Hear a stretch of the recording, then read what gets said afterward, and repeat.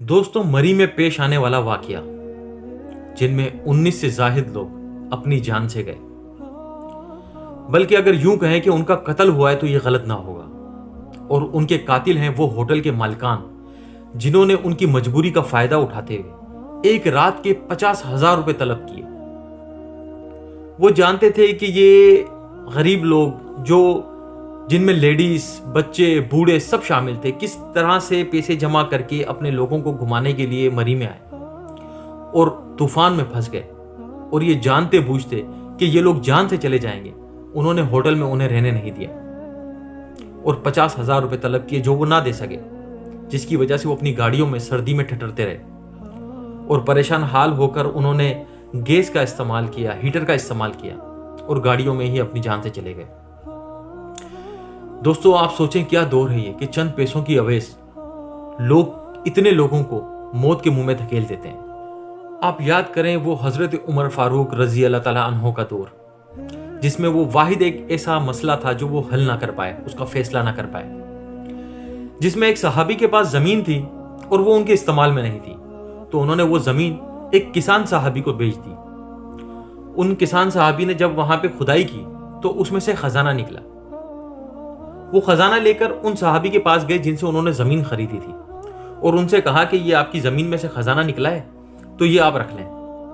جس پر انہوں نے کہا کہ یہ خزانہ میں کیوں رکھوں، میں نے تو یہ زمین آپ کو بیچ دی، اب اس میں سے جو نکلے وہ آپ کا ہے، تو یہ آپ رکھیں، میں تو نہیں لے سکتا۔ تو دوسرے صحابی نے کہا کہ میں نے آپ سے زمین خریدی ہے اور زمین کی قیمت ادا کی ہے، خزانے کی تو نہیں کی تھی، تو یہ خزانہ جو نکلا ہے یہ آپ کا ہے، آپ رکھیں۔ تو جس پر فیصلہ نہ ہو پایا، وہ دونوں صحابی حضرت عمر فاروق رضی اللہ تعالیٰ عنہ کے پاس پہنچے اور پورا مسئلہ ان کو بیان کیا۔ تو حضرت عمر فاروق رضی اللہ تعالیٰ عنہ نے ان سے کہا جنہوں نے زمین بیچی تھی کہ دیکھیں، آپ نے ان کو زمین بیچی تھی، خزانہ تو نہیں بیچا تھا، آپ کے پرکھوں نے ہو سکتا ہے وہ آپ کے لیے بچا کے رکھا ہو، چھپا دیا ہو، تو یہ خزانے پہ آپ کا حق ہے۔ جس پر وہ صحابی نے کہا کہ دیکھیں، میں نے انہیں زمین بیچ دی تھی، اب جو نکلے وہ ان کا ہے، اور اگر آپ فورس کریں گے تو میں یہ خزانہ رکھ لوں گا، لیکن روز محشر قیامت کے دن جب اس کا حساب دینا پڑے گا تو پھر میں آپ کو بھی بلاؤں گا، تو آپ بھی میرے ساتھ مل کے اس کا حساب دینا۔ جس پہ حضرت عمر فاروق رضی اللہ تعالیٰ عنہ گھبرا گئے اور کہا نہیں، میں اس کا حساب نہیں دے سکتا۔ پھر آپ نے دوسرے صحابی سے کہا کہ دیکھیں، انہوں نے تو آپ کو زمین بیچ دی تھی، اب اس میں سے جو نکلا وہ آپ کا حق ہے، یہ آپ کا ہوا، آپ رکھ لیں۔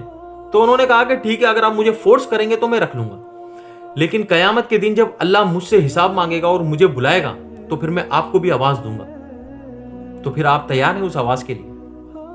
یہ سننے کے بعد حضرت عمر فاروق رضی اللہ تعالیٰ عنہ نے کہا کہ نہیں، میرا نام نہیں لینا، میں اس کا حساب نہیں دے سکتا۔ آپ نے ان دونوں صحابیوں کو وقت کے قاضی کے پاس بھیجا۔ وہ دونوں صحابی وہاں گئے اور انہوں نے بتایا کہ ہم حضرت عمر فاروق رضی اللہ تعالیٰ عنہ کے پاس گئے تھے لیکن وہ فیصلہ نہ کر پائے۔ جس پر وقت کے قاضی بڑے حیران ہوئے کہ حضرت عمر فاروق رضی اللہ تعالیٰ عنہ اس کا فیصلہ نہیں کر پائے، ایسا کیسا مسئلہ ہے؟ تو انہوں نے مسئلہ بیان فرمایا قاضی کے سامنے، جس پر قاضی بھی بڑے پریشان ہوئے۔ لیکن قاضی نے پھر صحابی سے پوچھا جنہوں نے زمین بیچی تھی کہ آپ کی کیا اولاد ہے؟ تو انہوں نے کہا کہ میرا ایک جوان لڑکا ہے۔ پھر آپ نے دوسرے صحابی سے فرمایا جو کسان تھے کہ آپ کی اولاد میں کون ہے؟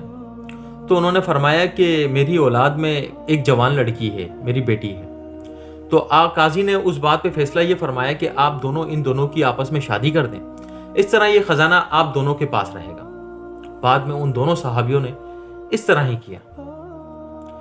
دوستوں دیکھیں، ایک دور ایسا تھا جس میں خزانہ نکلتا تھا تو لوگ کہتے تھے کہ یہ آپ کا ہے، یہ آپ کا ہے، آپ رکھیں۔ وہ کہتے تھے نہیں، آپ کا ہے، آپ رکھیں۔ اور آج کا کیا دور ہے کہ چند پیسوں کے عوض لوگ لوگوں کو مرتا چھوڑ دیتے ہیں۔ ایک رات کے اتنے پیسے طلب کر لینا، یہ کہاں کا انصاف ہے؟ میری اللہ سے دعا ہے کہ اللہ پاک ایسے لوگوں کو ہدایت دیں، انہیں سمجھ عطا فرمائے کہ پریشان لوگ جب آتے ہیں ان کے پاس تو انہیں ان کی مدد کرنی چاہیے، نہ کہ انہیں لوٹنا چاہیے۔